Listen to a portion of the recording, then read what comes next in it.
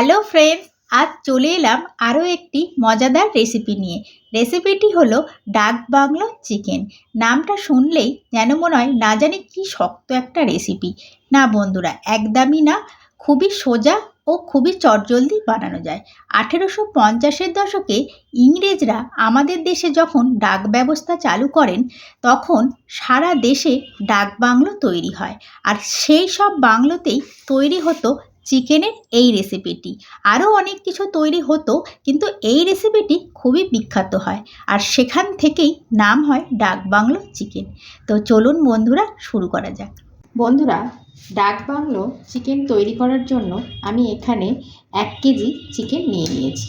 কেটে ধুয়ে পরিষ্কার করে নিয়েছি। এর মধ্যে আমি দিয়ে দেব 2টি মিডিয়াম সাইজের পেঁয়াজ কুচি,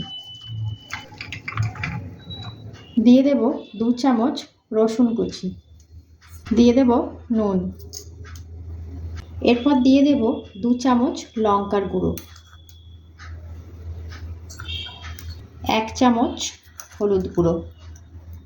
বন্ধুরা, এবার আমি দিয়ে দেব 1/2 চামচ গোলমরিচের গুঁড়ো।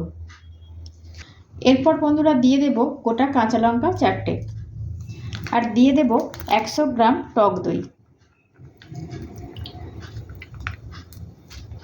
এবার দিয়ে দেব 1/2 বাটি সর্ষের তেল, ছোটো বাটির 1/2 বাটি সর্ষের তেল, আর দিয়ে দেব একটা লেবুর রস। এরপর সব শেষে আমি দিয়ে দিচ্ছি 1 চামচ ঘি। এটা অপশনাল, আপনারা দিতেও পারেন, নাও দিতে পারেন।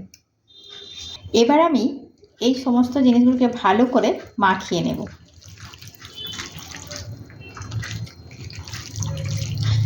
মাখিয়ে আমি 1 ঘন্টা রেখে দেব। বন্ধুরা, মাখানো আমার হয়ে গিয়েছে ভালো করে। এবারে আমি 1 ঘন্টা এটা রেস্টে রেখে দেব।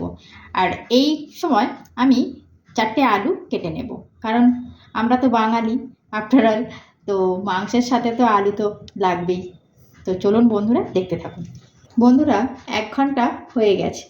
এবার আমি গ্যাসে একটি ননস্টিকের কড়া বসিয়ে নিয়েছি। এর মধ্যে আমি দিয়ে দেব এই ম্যারিনেশন করা চিকেনটা। এর মধ্যে তুলে দেব আমি 4 পিস আলু। এবার আমি গ্যাসটা জ্বেলে নেব। এবারে হাই ফ্লেমে 5 মিনিট আমি এটাকে কষতে থাকবো ভালো করে। তো দেখুন বন্ধুরা, আমার 5 মিনিট হাই ফ্লেমে কষানো হয়ে গিয়েছে।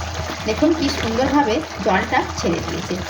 এবার আমি একটা ঢাকা দিয়ে 10 মিনিট লো ফ্লেমে ফুটিয়ে নেব। তো বন্ধুরা, 10 মিনিট হয়ে গিয়েছে।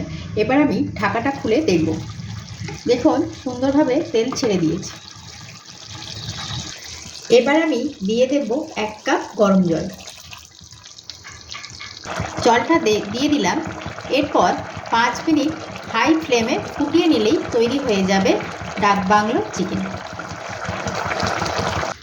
তো দেখুন বন্ধুরা, এখানে আমার ডাক বাংলো চিকেন পুরোপুরি রেডি হয়ে গিয়েছে। আপনাদের আমি সার্ভ করে দেখাচ্ছি। আর বাড়িতে করে খাবেন, খুবই টেস্টি একটি রেসিপি, আর খুবই সহজে বানানো যায়। দেখলেন তো আপনারা কিভাবে বানালাম। খুবই কম সময়ের মধ্যে এটা হয়েও যায়, আর খেতে দারুণ হয়। তো বন্ধুরা, আজ এই পর্যন্তই। ভিডিওটি ভালো লাগলে লাইক, শেয়ার, সাবস্ক্রাইব করবেন, আর আমাকে কমেন্ট করে জানাবেন কেমন লাগলো। টাটা।